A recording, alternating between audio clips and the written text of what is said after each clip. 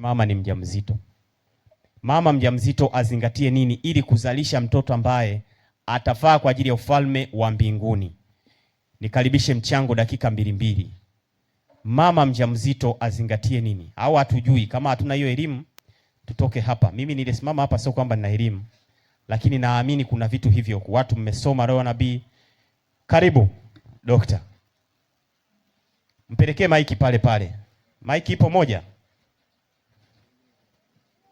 Dakika 2 kwa ufupi kabisa. Najua watu wengine wana vitu vya kuongeza.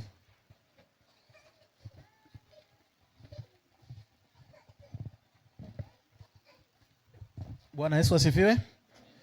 Kwa kifupi kabisa, mama mjamzito azingatie kitu gani ili aweze kuleta kilicho bora zaidi? Tunatakiwa tufahamu kwamba ili tufahamu, naomba nitumie lugha nyepesi uelewe. Mtoto akiwa tumboni huwa anaweza kusikia mazingira ya nje kinachoendelea. Siku moja mimi nilizani mtoto hawezi kusikia, mke wangu alikuwa ni mjamzito. Nikaegemea kwenye tumbo lake, kisha nikamwambia mtoto, nipige hapa. Akapiga ngumi. Hapa umebahatisha. Nikasogea chini huku, nikamwambia piga hapa. Nikasikia anajigeuza, anapiga pale nilipofanyaje? Nilipoegemea. Nikabado, rudi hapa juu. Nikaegemea tena, akajigeuza akapiga tena pale.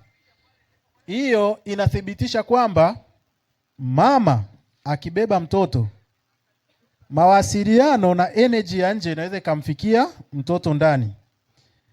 Ugomvi, kelele, hasira ambazo zinakuwa ndani ya familia, kufoka hovyo na vitu vingine vya ajabu vikiathiri mtoto akiwa tumboni, anaweza akajikuta mtoto anazaliwa akiwa katika mazingira mabovu. Mtoto wangu mwingine, mama yake alikuwa anakalia redio, mziki unapigwa. Yule mtoto alivyozaliwa tu, muda wote yuko hivi. Akaanza kucheza. Nawaambia kitu ambacho nime-experience kukiona katika maisha yangu mimi mwenyewe. Yaani na watoto wawili, lakini mtoto wa kwanza alivyozaliwa tu, mama yake alikuwa anapenda, ana ujauzito lakini anakaa kwenye redio, anaweka sauti ya redio ya mziki mpaka mwisho. Unaambia nini? Anasema najisikia tu vizuri. Lakini mtoto alivyozaliwa akawa anacheza kabisa, akiwa mtoto yuko usingizini, haongei wala afanye, anatikisika, yuko huyu mtoto au ni pepo au ni kitu gani? Kwa hiyo kuna energy za nje ambazo zilizopo zinaathiri mtoto akizaliwa. Kwa hiyo tujitahidi kuweka mazingira ya upendo, ya furaha muda wote baina ya mama na wote wanaomzunguka. Lugha mbaya zisitumike toka mtoto akiwa tumboni. Lakini pia cha mwisho, maneno yanayonenwa na mama huwa yanaathiri moja kwa moja mtoto akiwa tumboni. Ukianza kusema tumboni, mtoto yuko tumboni, hili toto ni likorofi, hili toto ni baya, na litatoka baya kweli, na litatoka korofi kweli, ni kipigo hata akiwa mtoto akishazaliwa. Kwa hiyo tujitahidi kuweka mazingira mazuri ya maneno tunayowatamkia wakiwa wako tumboni. Nimeongelea kwa upande wa tumboni peke yake.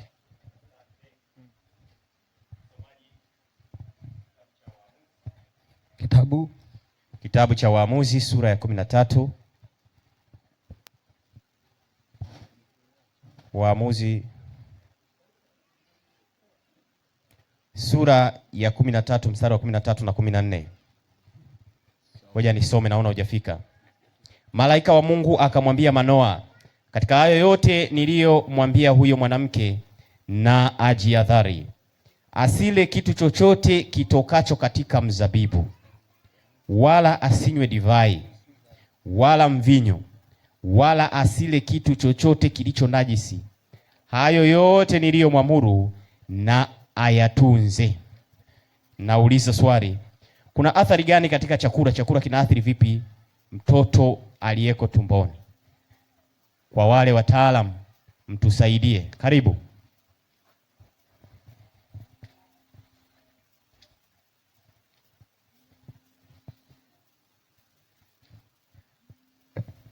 Asante. Huwa tabia inajengwa na kile ambacho nakula. Huwa tabia inajengwa na kile ambacho nini? unachokula. Mama akiwa mjamzito, kile ambacho atakachokula ndio mtoto anafanyaje? Atakitumia. Ndio maana unaposoma maandiko kama ile ambayo ulilosoma, lakini pia hata ukiangalia wakati wa Zakaria, mke wake amepata mtoto, wakati anazaliwa Yohana Mbatizaji aliambiwa jihadhari na nini? Na vitu kadha kadha. Kwa hiyo kama ukisoma kitabu cha Roho Nabii cha wazee na manabii, ukitafuta hii sehemu ambayo imenukuliwa hii andiko, kwa maana naona nimeiacha kitabu, utaona ametoa maelezo kwamba kama mzazi atakula vibaya, ataharibu mtoto aliye wapi? Tumboni. Atazaliwa akiwa pia na labda magonjwa, au na pia akili yake inakuwa sio nini? Sio nzuri, kutokana na kile alichokuwa anatumia. Vivyo hivyo kama mama mjamzito atakuwa anakunywa labda kileo, pombe, yule mtoto aliyeko tumboni analewa, na anapolewa mtoto, anapozaliwa anakuwa anatafuta kile anafanyaje? Alichokuwa anakunywa. Kwa mfano kwetu Wachaga wanaosikia kwamba Wachaga wana tabia, wakiwa na ujauzito wanakunywa nini? Mbege. Sasa unashangaa mtoto anazaliwa, ukishika pombe hivi anakimbilia. Umeona? Kwa hiyo ni tabia, na watoto wadogo sasa hivi wakiwa hivi ni walevi. Kwa sababu ya nini? Mama zao walionyesha akiwa wapi? Tumboni. Asante. Naomba niulize swali. Hivi unajua siku hizi uleaji wa mimba inakuwa ni changamoto kubwa sana, hasa katika system za kitabibu zilizopo katika mfumo wa utaratibu wa kawaida wa tiba. Unakuta tangu mimba imeingia kwa mama, yani anaambiwa sijui wiki ngapi anatakiwa anze nini? Kliniki. Na akianza kliniki ni chanjo, dawa mpaka siku anajifungua. Sasa sisi ni watengenezaji, na hapa tulishaambiwa madawa, tumesomewa nukuu kwamba madawa ya hospitali yana madhara na vitu kama hivyo. Mwenye uelewa katika hilo anasemaje? Na sisi watoto wetu wengi tunawapeleka huko. Nani ana la kusema hapo? Mimi nishawapa swali, msisubiri baadaye. Mzee Morris, karibu.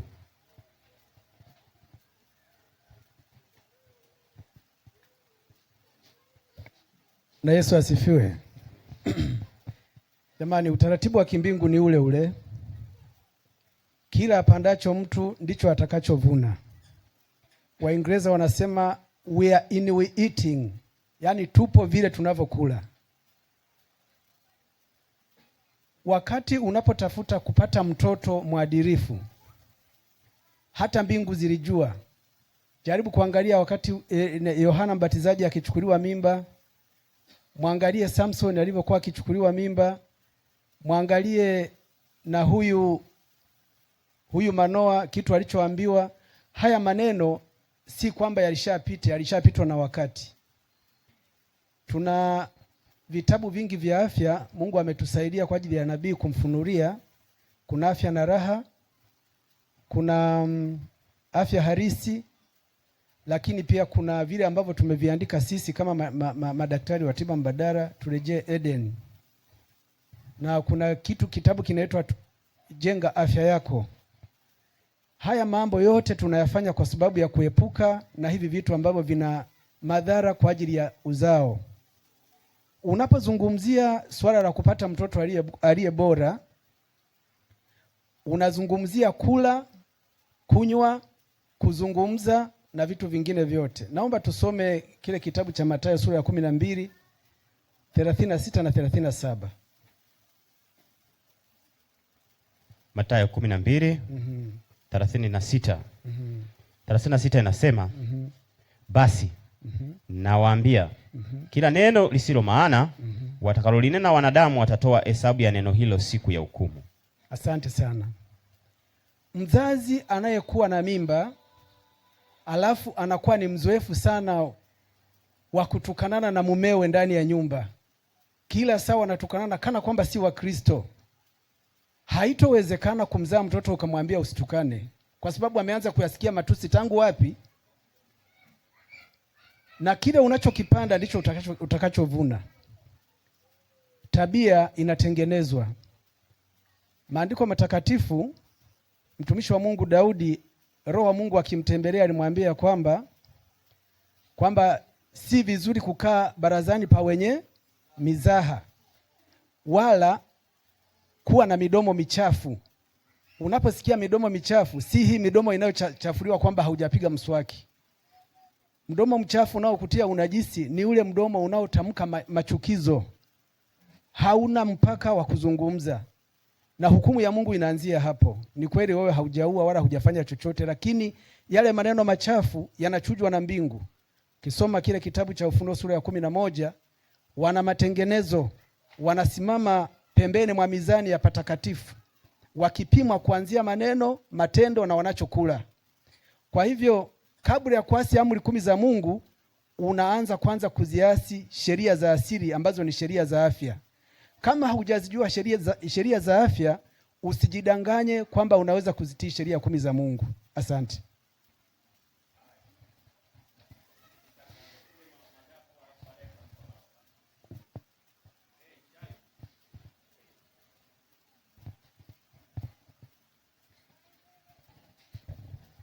Swali limeulizwa, tuko kwenye dunia ambayo leo watoto tangu hawajazaliwa, yani wakiwa wangali kwenye mimba, wanahudumiwa na chanjo na wanakuwa na madawa.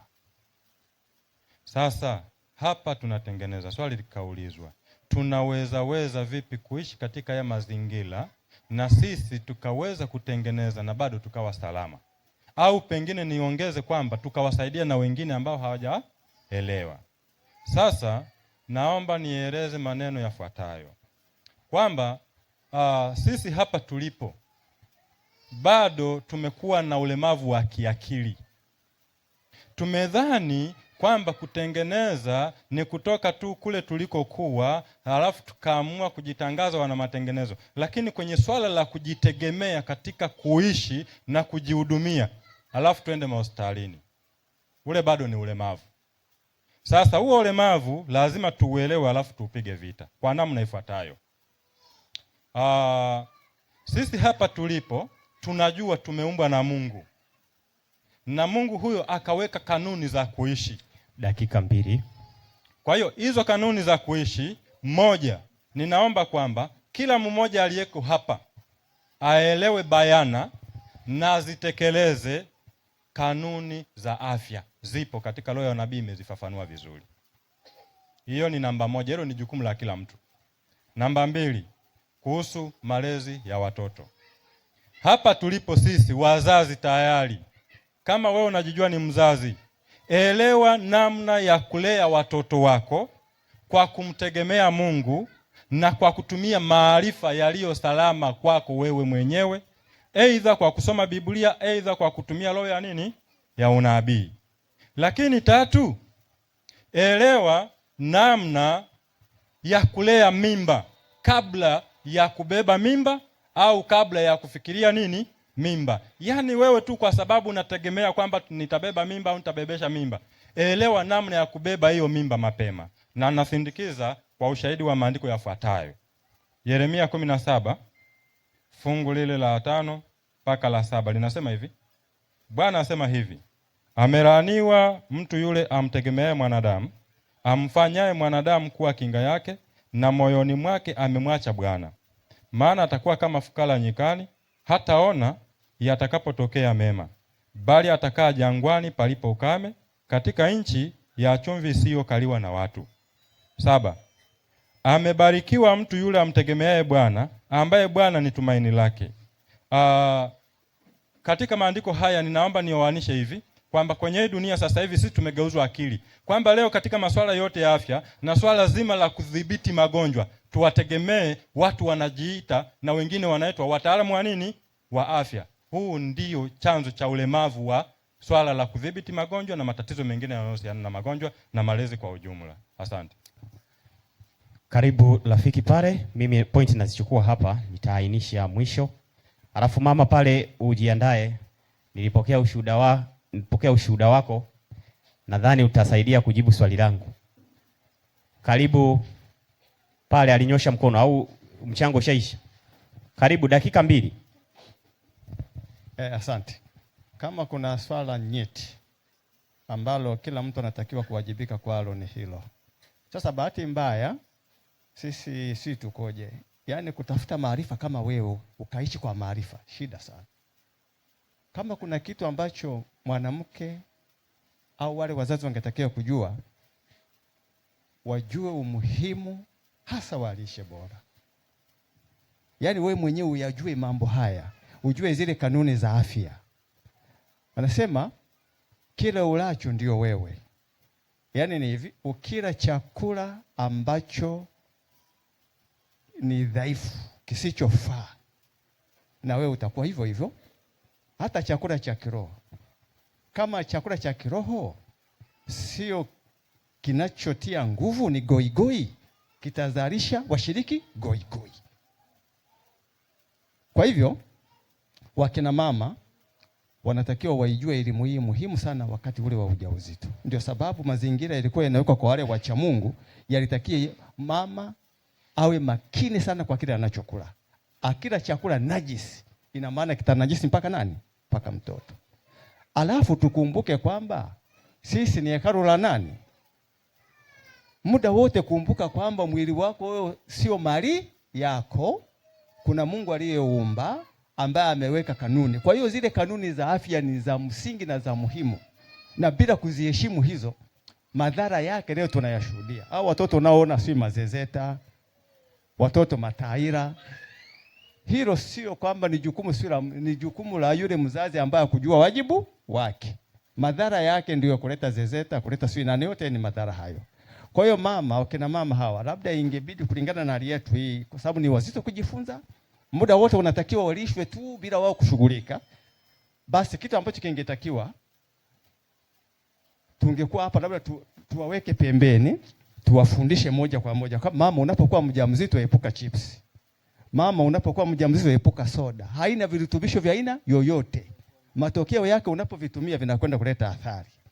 Alafu mambo ya kujua kwamba si kuna afya nje ya utaratibu wa kimungu ni uragai tu.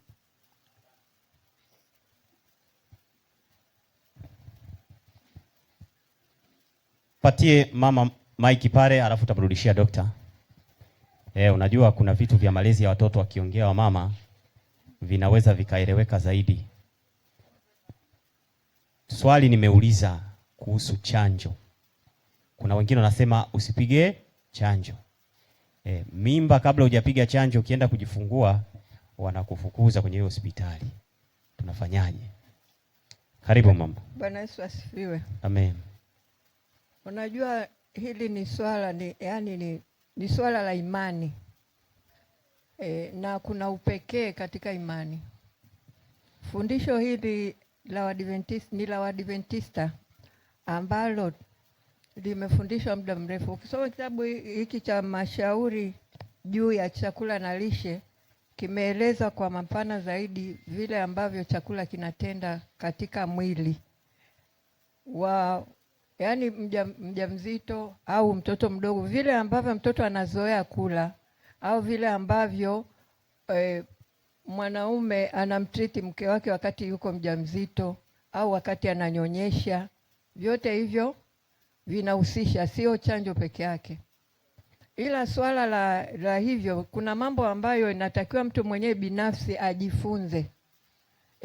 Unajua kufundishwa, tunajifunza kama hivi tunafundishwa, si ndio? Lakini natakiwa mtu atilie maanani katika kukaa chini na kujifunza. Mimi sasa nimekuwa ni mama, natarajia pengine kupata watoto. Ujue hivi vitu ni muhimu. Hivi vitu ni muhimu sana kwa kila mtu peke yake kuliko vile ambavyo ataelezwa. Nakumbuka wakati sisi tulipoanza matengenezo muda mrefu huko nyuma, tulikuwa tunasoma sana vitabu vya afya. Tuliona hivyo vaccination, hizo chanjo zilivyo, tulijifunza kwa ujumla wote. Lakini kila mtu alipoondoka pale aliondoka na maamuzi yake binafsi. Mimi binafsi niliondoka kwa maamuzi kwamba siwezi kuchanja mtoto. Lakini baadaye kila mtu alijieleza kwamba ni kitu wengine walisema wenyewe, sio walipinga. Unajua mtu kusimama apinge kwamba hicho haiwezekani ni mara chache sana. Lakini wengine walichukulia hivyo wakawa wanaenda wanasema haiwezekani. Lakini unaweza tu kupata hekima ya kimbingu wewe binafsi, ukaweza kusimama katika kweli. Mtu akiwa amekasirika ananyonyesha mtoto, asitegemee kupata mtoto ambaye ana akili timamu. Sumu nyingi sana ananyonya mtoto kwenye maziwa. Hata anaweza akapata ugonjwa wa kustuka hivi, degedege. Na watu wanaangalia kwamba ugonjwa huo hata haujapatiwa ufumbuzi kwamba tatizo lake ni nini.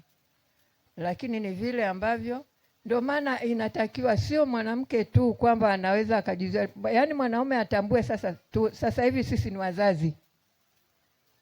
Amchukulie mke wake alivyo na kumfanya kwamba anajua kwamba asije akapata watoto ambao wana nini? Wana matatizo mengi tu.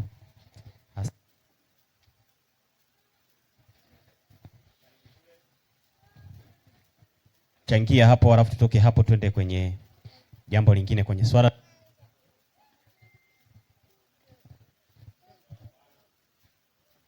Hebu samahani niondolee kamera kidogo. Okay.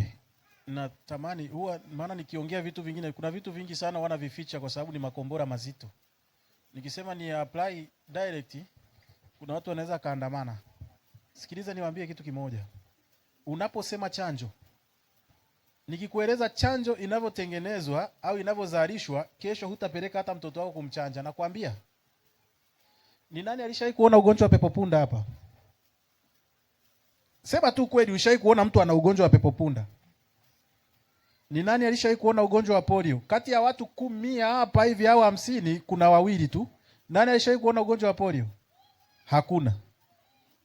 Mmoja. Nani alishawahi kuona kifaduro? Wachache. Yaani vitu ninavyovitamka ni vichache. Ni wachache walishawahi kuona. Chanjo inavyotengenezwa iko hivi. Ugonjwa halisi unachukuliwa. Sawa? Tunaelewana vizuri? Tuseme chanjo ya ukimwi. Ukimwi, kile kirusi kinachukuliwa, kinapelekwa kwa mnyama ambaye ameteuliwa. Sana sana huwa tunatumia farasi kwa sababu kinga zake ziko juu sana. Farasi hata akigongwa na nyoka hafi. Tunaelewana vizuri? Unaingizwa pale. Ukishakaa baada ya siku ile damu yake inachukuliwa. Tayari imeshatengeneza kinga. Sawa? Alafu ikishatolewa, kumbuka uliingizwa ugonjwa pale. Unatolewa kisha inatengenezwa sasa ndio inakuwa chanjo. Unaelewa? Yaani ni kwamba wewe unaingizwa ule ugonjwa ndani yako, unajitengenezea kinga. Ule ugonjwa wenyewe tuseme halisi unaingizwa ndani yako, unatengeneza kinga, lakini unaingizwa kwa njia maalum, unatengeneza kinga. Ukishatengeneza kinga, ugonjwa ule sasa ukishatoka huku nje ukienda kukufuata, hauwezi ukafanyaje? Ukakuathiri. Hivyo ndivyo chanjo inavyokuwa. Tunaelewana vizuri? Ukubali ukatae ndio. Kwani utasema ndio yenyewe. Ndivyo inavyokuwa. Yaani ukiona mtoto wako amechanjwa polio, ameingizwa kile kirusi cha polio tayari. Ukiona amechomwa pepo punda, kimeingizwa hicho. Kwa hiyo anacho, sio kwamba hana. Sema kitakachokuja kutoka nje ndio hakitafanyaje? Hakitamuathiri. Iko hivi. Ili madawa yauzwe, lazima kuwatisha watumiaji. Unaelewa? Usipotumia hii utakufa. Usipotumia hii hakuna ugonjwa utakaofanyaje? Utakaoweza kuutibu. Nadhania polio ikija haitibiwi, ina uwezekano wa kutibiwa vizuri tu. Lakini sema sasa ili tuuze chanjo tupate pesa. Sawa? Lazima tukutengenezee chanjo ambayo kila mtu lazima ataitumia, uwe unaumwa hauumwi. Unaelewa Kwa hiyo tupo kwenye mkeka wa nini? Mkeka mzima wa kila mtu apate hiyo tiba. Kwa hiyo kale kachanjo ka sindano kanakochomwa, sio kwamba unachomwa bure, unalipa. Sawa? Wewe kama hujatozwa hela, imeshatozwa tayari, mabilioni yameenda. Unaelewa? Kwa hiyo hivyo vitu, jiulize, Yesu alipelekwa kliniki na nani? Wapi imeandikwa kwenye Biblia? Nionyeshe mama yake na Musa alivyompeleka Musa kwenye nanili? Kwenye kuchomwa chanjo. Kwa hiyo nadhani magonjwa hayakuwepo. Magonjwa yalikuwepo toka enzi na enzi, mpaka ukoma ulikuwepo. Lakini niambie, wapi walienda kuchoma chanjo ya ukoma? Si ulikuwa unasumbua? Unadhani watu wa civilization za kipindi hicho walikuwa ni wajinga? Walikuwa na teknolojia na walikuwa wanajua jinsi ya kutibu magonjwa. Lakini sasa sema tumetishwa, sio kwamba tumetishwa, kwa sababu tupo kwenye matengenezo. Tutakubaliana, tutajifunza kwamba tufanye nini, tusimame wapi ili tuweze kusogea. Niambie, Wamasai wa ndani kule wanapelekaga watoto kliniki. Yeah? Unakuta hospitali iko hapa na Mbagara. Kliniki unaenda mpaka kesho ndio utafika, kesho kutwa ndio unarudi tena hapa nyumbani. Wanapeleka. Mwaka 1990 huko, wewe umezaliwa mwaka gani? Ulikuwa umechomwa sindano zote? Mimi mwenyewe hata mkononi sina chandui wala nini. Kwa ufupi. Unaelewa? Kwa hiyo kuna muda tunatakiwa tujue kwamba haya mambo yapo, yamewekwa kwa namna gani. Lazima sasa tuanze kujifunza taratibu, tutawekana sawa mpaka mwisho wa siku tutaona jema ni lipi tulifuate, zuri ni lipi tulifuate, baya ni lipi tuliepuke. Kwa hiyo kitaalamu zaidi ndivyo hivyo. Kwa hiyo tusiseme kwamba tuache ghafla, tutafute njia sahihi ya kuacha na kuapproach watu, na tusifike sehemu tukapiga kelele, chanjo ni mbaya sijui nini. Tutapigwa marungu hadharani na kazi bado hatujaimaliza. Tunaelewana vizuri eh? Asante. Kwa hiyo tuende taratibu na kwa ustaarabu ambao unatakiwa. Asante. Tunajifunza malezi ya watoto. Moja ya kitu ambacho huwa kinatupa changamoto ni katika mtoto sasa ameanza kujifunza. Mtoto ameanza kujifunza. Sasa wakati mtoto anaanza kujifunza, kwanza tufundishane hapa. Ni umri gani sahihi wa kuanza kumfundisha mtoto? Lakini ni umri gani sahihi wa kumpeleka mtoto shule? Wengine wenzetu kule walisema usipeleke mtoto shule. Serikali ikawatafuta, ikawatia ndani, siku hizo wameacha hata kusali. Hata nafasi ya kusali hakuna. Lakini tuangalie umri gani sahihi wa kumpeleka mtoto shule, na kuna hatari gani katika mazingira unapotafuta kumfundisha mtoto. Mwenye mchango katika hilo, na maana tunajifunza somo gumu kwamba darasa zima. Jobo, karibu. Kama hatuna majibu tuwazime mwalimu labda kutoka mbali ili aje afundishe. Asante. Bwana Yesu asifiwe. Jamani, tunapojifunza hapa kwamba sio tunajifunza nadharia za kiulimwengu, maana yake tunajifunza nadharia na mambo yaliyopo kwenye Biblia. Maana yake elimu ile ambayo Mungu alikuwa amewapa wenzetu waliotangulia, na sisi hiyo lazima tuwe nayo.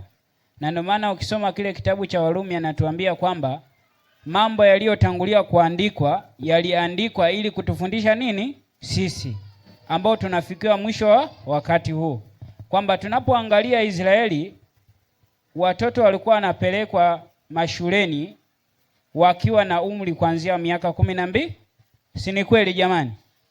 Lakini leo hii unapoangalia ulimwengu, unakwambia tu tuletee mtoto hata akiwa ana miaka 2, ukimwachisha hata kunyonya. Wengine hata sasa hivi kwa sababu ya kuhangaika na maisha wanapeleka watoto hata hamnyonyeshi. Maana yake kuna wengine huko wanaofanya hiyo shughuli. Kwa sisi kama sisi tumeamka watengenezaji, tunatakiwa tufanye nini? Kama Kristo tunavyoambiwa kwamba yeye ndiye mwanzilishaji wa imani yetu, tuangalie yeye wakati yuko katika ulimwengu huu akiwa na mwili huu ambao tunao, alifanya nini na wazazi wake walifanya nini? Na ukisoma katika kitabu kile cha Desire of Ages, kitu gani ambacho kilikuwa kinaendelea katika maisha ya Kristo toka kuzaliwa, ndipo ambako tutaelewa zaidi. Kwa hiyo cha kwangu cha kufanya, turudi kwenye hiyo ambacho tayari kimeandikwa na sisi tukiendeleze hicho. Asante. Itakuwa vizuri mkiwa mnatoa na ushahidi. Nianzie pale alafu nitarudi kwa huyo. Mpe maiki pale. Yule pale.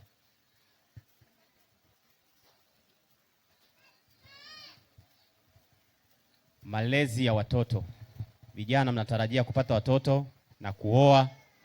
Sasa mjifunze, mjue vitu vya tahadhari vya kuchukua. Na sisi wengine tushazaa, wengine tumezaa kwa makosa hapo, watoto wanaendelea hivyo. Asante. Karibu. Nashukuru.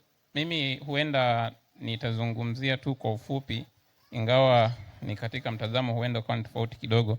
Sasa sisi hapa tumekusanyika tunataka tuzungumze katika renki mbili. Ya kwanza katika uwanda wa matengenezo, ya pili katika uwanda wa kiulimwengu. Sasa tunapozungumzia katika uwanda wa matengenezo, kwanza kabisa lazima tufahamu tunapokuwa tunachukua familia zetu tunazilea katika uwanda wa matengenezo, kwanza lazima tuweke akili ni kwamba na sisi hapa tunapofanya haya matengenezo, tunapokuja kwenye matengenezo ya afya, kuna uwanda wa inizungumza katika kwanza tuwe na taasisi zetu wenyewe. Kama ni shule, kama ni hospitali, mfano katika kipindi cha nyuma, kipindi cha kina Ellen White walikuwa na shule zao, walikuwa na vyuo vyao, walikuwa na hospitali zao, Loma Linda kule California kule Marekani. Lakini sasa hivi zile baada ya muda kwenda zimeingia katika nini? Katika uwazi. Sasa tunataka tujiulize sisi kama tumeamua kuifanya hii kazi, tunaingia katika mfumo rasmi either wa kujenga shule zetu au wa kuwa na hospitali zetu kwa ajili ya kufanikisha hivyo vitu.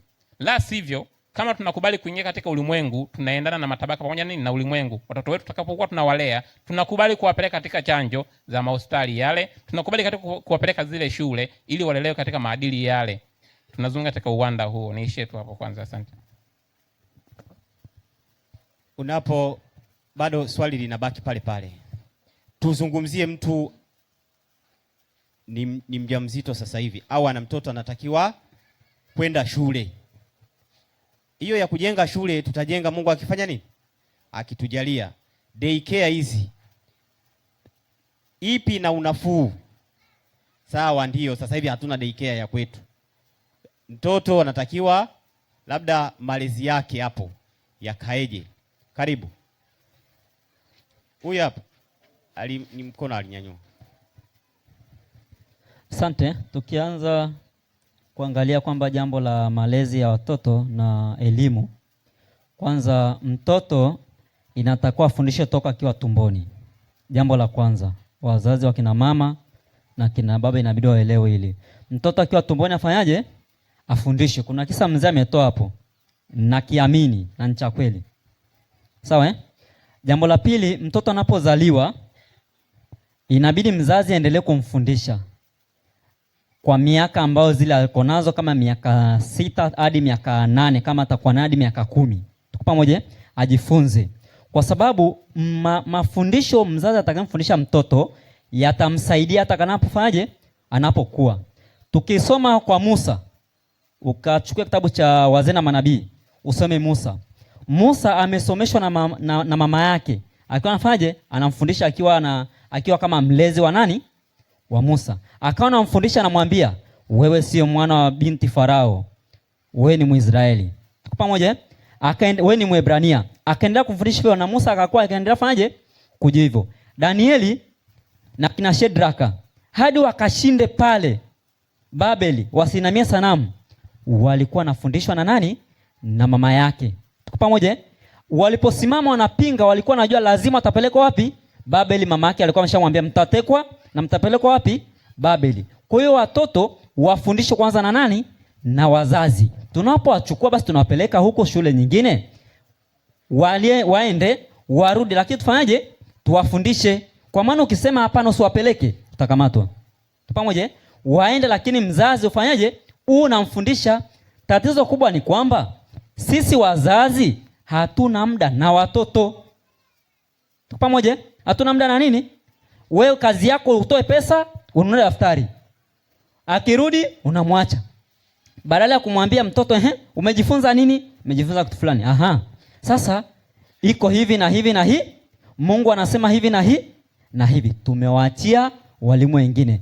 Lingine, wazazi msiwapeleke watoto shule za kulala. Hiyo pia ni mbaya. Kwa sababu kule atachukua tabia za nani? Za wale, hata chukua tabia nani? Ya mzazi.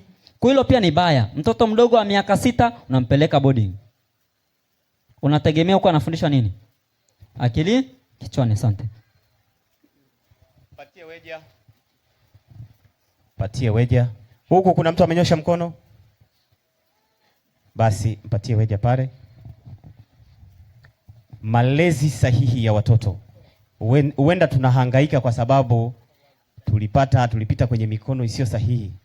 vichwa vinapata ugumu wa kupokea mafungu na hizi nukuu kwa sababu ya malezi tuliolelewa.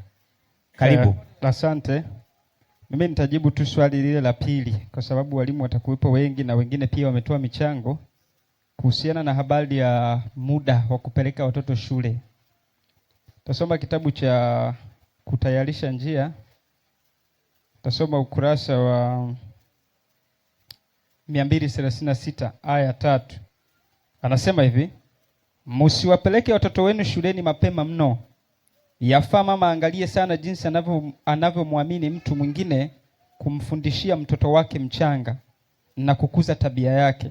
Yawapasa wawe walimu bora kabisa wa watoto wao mpaka watoto wafikishe umri wa miaka 8 au 10. Chumba chao cha kusomea kingekuwa nje katika maua na ndege, na kitabu cha mafundisho yao kingekuwa viumbe vya asili. Mara wawezapo kufahamu kwa akili zao wenyewe, wazazi wawafunulie kitabu hiki kikubwa cha Mungu cha viumbe. Mafundisho haya yatolewe mahali pa namna hii, hayatasahaulika upesi. Kwa hiyo mimi kile ambacho nataka nijibu ni kuhusiana na muda, kwamba kuanzia miaka 8 mpaka miaka 10. Kwa hiyo wakati huo kuanzia bado ni mdogo, kuanzia mwaka mmoja na kuendelea, basi mzazi anapaswa yeye mwenyewe awe mwalimu kwa ajili ya kumfundisha. Hiyo inaweza ikajenga tabia. Asante. Haya, mpatie Joshua pale, alafu wakati akimaliza Joshua na waongezea na swali lingine hapo ili tuende vizuri. Malezi ya watoto. Asante. Nitaarifa na kitabu cha Selected Messages Book 3 au Volume 3, na kinasema hivi: I see some things here in Switzerland that I think are worthy of imitation. Kwamba kuna mambo ambayo aliyaona Switzerland na akaona ni mfano wa kuigwa. The teachers of the schools always go out with their pupils while they are out to play and teach them how to amuse themselves and replace any disorder or any loan. This is a variable law and includes children from 5 to 15 years of age. Zingatia 5 to 15 years of age. Afa nasema, as a reward for good behavior and studious habits, the teachers take their scholars out and have a long walk with them, dismissing the school earlier than usual. I like this, and napenda hicho. I think there is a less opportunity for the children to yield to temptation. The teachers seem to enter into sports of the children and regulate them. Sasa kitu cha kwanza ambacho nilikiona ambacho anasema it's worthy of imitation, ni kizuri cha kuiga. Amesema 5 to 15 years of age. Na ukiangalia 5 to 15 years of age, hii inaingia to primary schools. Ndio hivyo. Binafsi huku kwetu kuanza darasa la kwanza si unaanza ukiwa na miaka 7. Sio hivyo, wengi wetu tumeanza tukiwa na darasa 7. Acha wale wazee ambao walikuwa mpaka washike masikio hivi. Lakini wengi wameanza na kiwa na miaka 7. Ambayo hii miaka hii mingine hii ya kindergarten tunaona mara nyingi watoto walikuwa wakispend time with their parents at home. Kwa kujazia kile ambacho ndugu amesema hapa ni kwamba ile miaka kuanzia anazaliwa mtoto au kuanzia yuko tumboni mpaka anafika 5 years of age, kwa sababu amesema it's good for imitation, yani kwamba alikiona ni kizuri na alikipenda nabii alivyoenda Switzerland. Kwa hiyo ni vizuri kwamba kuanzia mwaka huu wa kwanza mpaka miaka 5 ni ushauri mtoto awe analelewa na anafundishwa na mama na baba yake. Take time. Lakini pia hata kuanzia 5 years to 15 akiwa ameanza primary school, hatakiwi kukaa shuleni kwa muda mrefu. Anatakiwa spend time akiwa outside, na siku hizi tunaona watoto hata hawapewi muda wa kufanya nini? Wa kucheza na kuzunguka katika mazingira. Asante. Kuna hili swala la michezo. Leo hii kuna game za watoto, mtoto anapewa simu, kuna namna ya mafundisho ya simu. Lakini kuna michezo mingine ya watoto, mpira, kukimbizana. Mashauri ya uongozi wa Mungu yanasemaje? Na sisi tuna watoto wetu huko wanacheza, mtoto acheze. Collins yupo? Nataraji kuna vitu hapo natamani kutupa. Usije ukaondoka navyo karudi navyo Kenya. Mwenye mchango hapo. Karibu.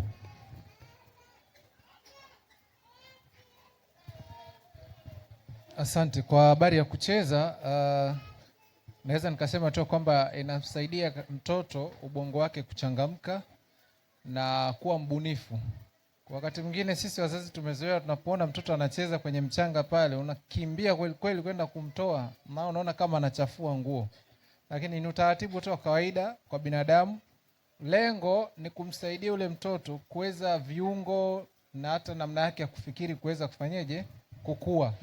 Na tumeona wengi ambao wamekuwa wakiwaruhusu watoto wao kucheza, linawapelekea watoto wale kuwa wavivu katika kufikiri, lakini pia viungo vyao vinakuwa havijachangamka. Hata leo hii sisi watu wazima tumezoea sana kutembea na viatu, tumevaa viatu, lakini kumbe kuna wakati tunastahili kutembea peku, to feel ile ardhi na nyayo.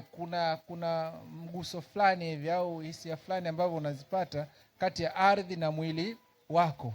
Kwa hile ni sehemu mojawapo ya kuweza kujenga hisia za mwili katika makuzi ya mtoto.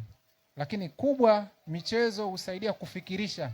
Ukizingatia sasa hivi michezo sasa hivi imeharibu sana watoto, kwa sababu unakuta kila kitu kishatengenezwa. Kila kitu utakachonunua made in China. Kila kitu made in China. Kwa hiyo unakuta watoto wapate ubunifu wa kutengeneza magari. Sisi tulitengeneza magari yetu wenyewe kwa miti. Unachukua hata ule mgomba, unakata, unapandisha juu, nyingine unashusha, umetengeneza fuso yako. Watu wanakuona wanakimbia. Umechukua sijui taili, umefunga kamba, unanyonga huku na huku, inakimbia wenyewe. Kwa hiyo ilikuwa ni hali fulani ambayo inakufanya unakuwa mbunifu. Na hata hizo zimewasaidia. Ukiangalia watu wa zamani imewasaidia. Wengine wamejikuta wamekuwa ni mafundi seremala, wengine wamekuwa ni mafundi washona viatu, wengine wamekuwa ni watu ambao wanaweza kutengeneza vitu. Mipira ile tulikuwa tunashona mipira, unauza, unapata hela yako, ile mipira ya mifuko. Kwa hiyo nadhani tupunguze modernity, usasa, turudishe ile michezo ya zamani. Sasa hivi mtoto akipanda, wewe utaanguka, utavunja kope hizo. Sasa inabidi muache pande juu ya mti kidogo, hata anaweza kaanguka lakini asiumie sana. Kuna kitu nilikuwa na kifuatilia, nilikisikia mahali lakini sijakipatia ushahidi.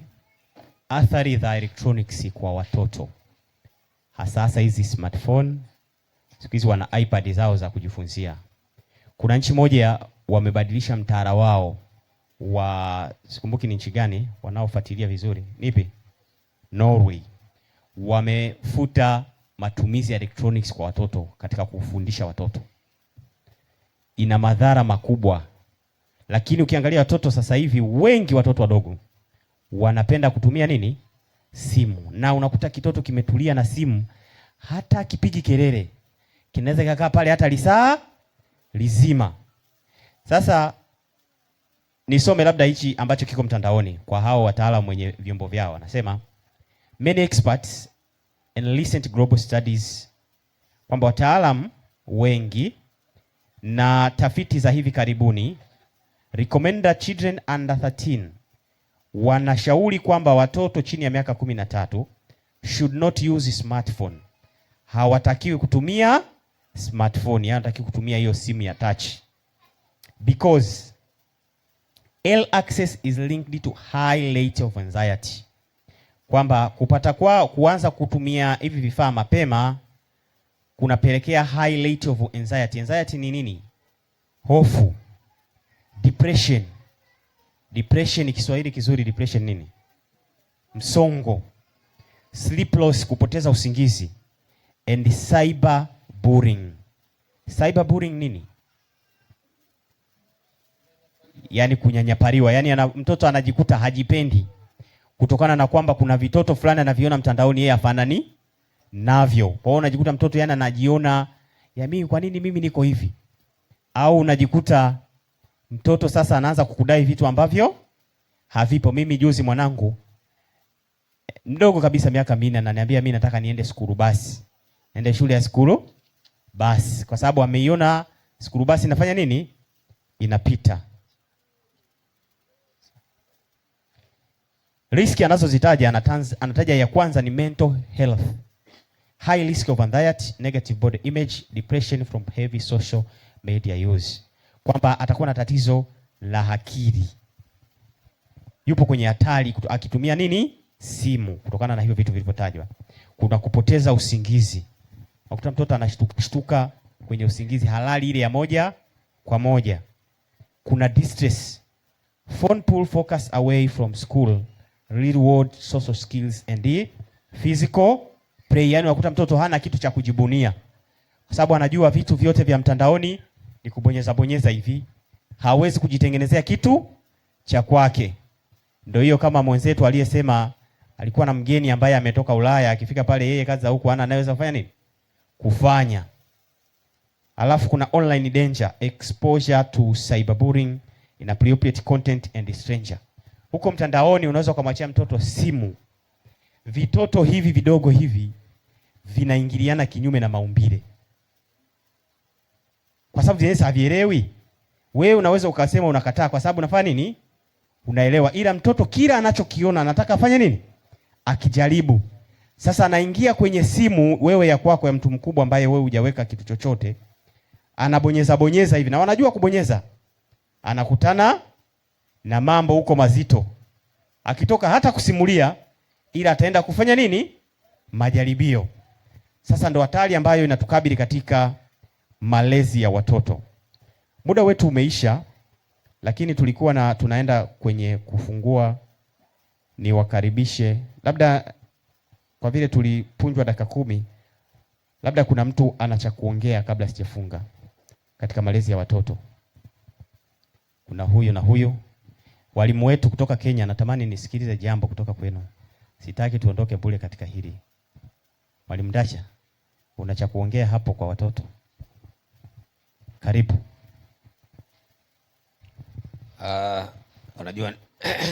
Unajua nilikuwa nataka pengine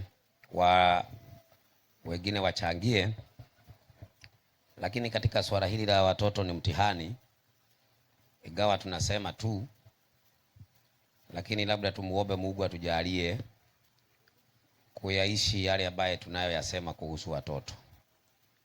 Maana kwanza mimi wangu wakikosa simu sijui hata kama kutakalika.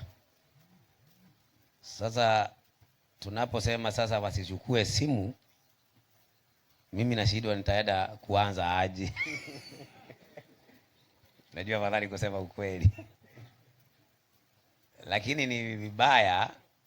Lakini kuna hali nyingine inakuja sasa, inakuwa imetulazimu.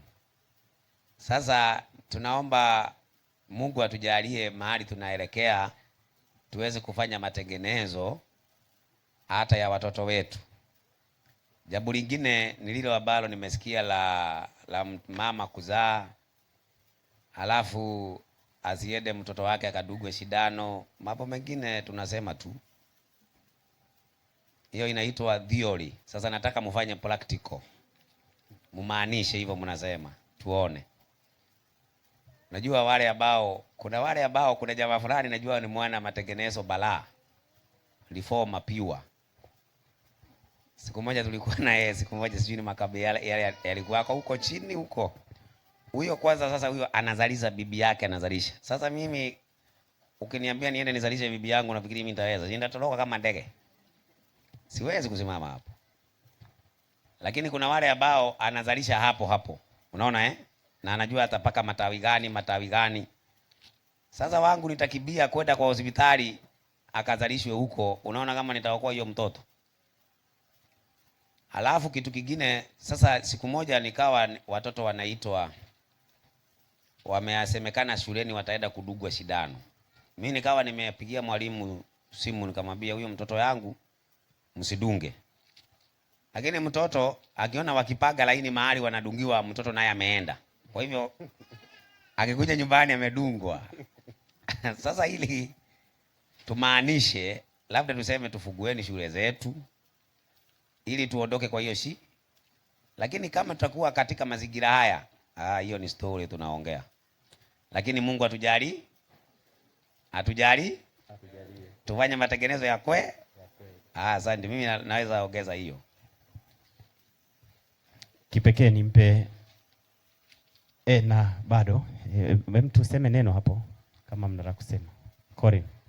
Sawa, mimi nazungumzia tu kuhusu simu, athari za simu. Labda ni kwamba kiukweli katika kizazi tunachoishi hatuwezi kuwanyang'anya watoto simu completely, kwa sababu wewe mzazi utamnyang'anya, lakini ataipata nje. Ni ukweli ama si ukweli? Kwa hivyo ni lazima tuweze kuwa moderate wakiwa na hiyo simu, yani kuwapimia muda wa kukaa na hiyo simu na kuwapimia ni nini wanapacho nafaa watazame na ni nini ambacho hawafai kufanya nini kutazama. Maana ukiondoa hiyo simu kabisa kabisa, ataipata kwa mtu na ataingia mahali ambapo yeye mwenyewe anataka. Kwa hivyo afadhali mtoto, ijapokuwa hawana uhuru, lakini wapatiwe uhuru ambao ni wa kupima, ili katika maelezo haya. Maana simu ukimnyang'anya saa hii simu, mambo yote ulimwenguni mambo yamebadilika. Mambo yanafanywa katika wapi? Simu. Labda shule zetu bado hatujapata, lakini kule wanakoenda simu zipo, wanafanya mambo yote katika simu. Kwa hivyo ukimwambia kwamba umnyang'anye ile simu, kuna vile tu atajipenyeza, atapata simu na ataingia mahali ambapo hata kama ungempatia hiyo simu angefanya nini? Angeweza kuingia. Kwa hivyo katika watoto ambao ni kuanzia mwaka 0 mpaka miaka 2 haifai wapate simu kabisa. Kwa sababu gani? Katika kupewa hiyo simu na ule mwanga unaoonekana kwa hiyo simu na ule mwendo ambao zile picha zinageuka geuka, hivi kidogo hajaangalia imegeuka, kidogo hivi hajaangalia imegeuka. Sasa hiyo inaathiri akili yao na mawazo yao, na ina stimulate hormone katika mawazo ambayo inaitwa dopamine. Na hiyo dopamine ikipitiliza kiwango inaathiri mawazo na ubongo wa nani? Wa mtoto. Kwa hiyo mtoto kuanzia mwaka wa 0 mpaka miaka 2 aone picha ambazo ni natural. Anapoona mtu anatembea hivi anamuona ndio yule ameenda. Si ya kwamba mtu ndio huyo ameondoka. Ajui alitoka aje, ajui alienda wapi. Unaona mawazo yake yanakuwa yanaharibika. Sasa kuna mtoto wa miaka 3 mpaka around miaka 10, nao pia wanapewa simu, lakini pia muda wao unakadiriwa kama dakika 30. Kwa hivyo unaenda na umri vile mtoto atakavyokaa na simu, lakini wewe mzazi uweze kuwa hapo ukimweleza adhari za nini? Mueleza adhari, mpe ndio hii. Hata hivyo ndivyo Mungu alivyofanya. Mti wa ujuzi wa mema na mabaya alisema ndio huu. Hakufungia Adamu ya kwamba sasa wewe nimefunga hutaweza kuingia hapa. Patie mtoto simu, mwambie athari ndio hizi, usiingie hapa, ukiingia hapa haya ndiye atakayokupata. Yaani tuwe wa kweli katika watoto wetu. Maana tusipowafunza hivyo yatawapata kule nje, hata asipowapata kwa nyumba. Asante. Katika kitabu cha Yoeli, sikumbuki mfungu gani, nasema binti zenu na wana wenu wataona nini? Maono. Katika siku za nini? Za mwisho. Tunatarajia kwamba watoto wetu wakati inatangazwa ile saa waweze kufanya nini? Kuisikia. Sasa wataisikia wakati wanaangalia simu na hizi network. Kuna kipindi fulani wakati nilipoingia katika imani ya SDA, nilijifunza kitu kimoja kinaitwa amusement. Na nilijifunza kwa profesa mmoja anaitwa Dr. Ron Crozet. Amusement. Nikasoma nukuu za yale ninavyozungumzia. Amusement ni vitu viburudisho. Unavyovijua wewe uko mpira, sijui nini na nini, kamari na TV. Anasema amusement ndo kitu hatari sana kinachoongoza kuafifisha utendaji wa Roho wa Mungu. Amusement ndo namba 1. Inaafifisha utendaji kazi wa Roho wa Mungu. Na hao watoto tunataka wajazwe nini? Roho wa Mungu.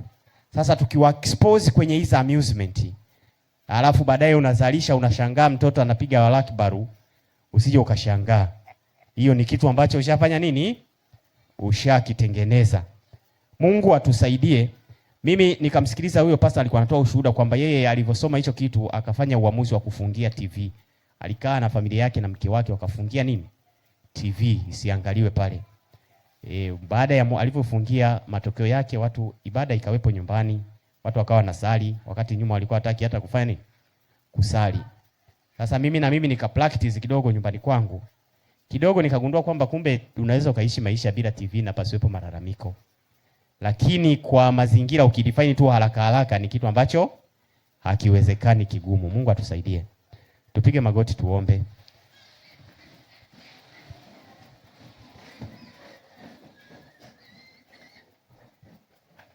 Tuombe. Baba Mungu, tunakushukuru, tunasema ni asante kwa masomo haya ambayo tumeweza kujadiliana hapa kuhusu sala zima la malezi ya watoto. Watoto wewe ndio umetujalia, tunaomba hekima na maarifa ya kuweza kuwalea. Tunaomba ufahamu mwema ili tuweze kuwalea watoto wetu waweze kuakisi tabia yako, wasije wakaakisi tabia ambazo hazifanani na za kwako. Neema yako hiyo pamoja nasi, tujalie akili njema. Lakini pia katika kipindi hiki cha mwisho mambo yanazidi kwenda mbio na watoto wanaendelea kupotea. Watoto wamekuwa ni wenye kupenda vitu vya ajabu, anasa na vitu vingine, michezo mbalimbali ambayo haifai. Tunakuomba Mungu, sisi kama wazazi uweze kutuongoza ili tuwaongoze watoto vema. Hata kama walikuwa wameenda katika njia ambazo hazifai, basi tujalie hekima na maarifa ya kuweza kuwarejesha katika njia ambayo ni nzuri. Neema yako yatutosha. Tumeomba kupitia jina mwana mpendwa Yesu Kristo. Amina. Tunaingia dakika 10 hapa za kuhitimisha mfungo wetu. Nimkaribishe mpendwa atuongoze.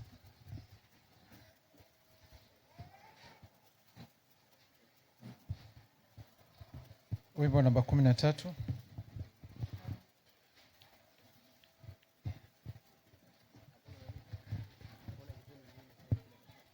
Mzee Msaki, tutawakilishwa katika ufungaji wa mfungo huu, tutawakilishwa na Mzee Gumbo na Mzee Msaki kwa ajili ya kuhitimisha maombi haya.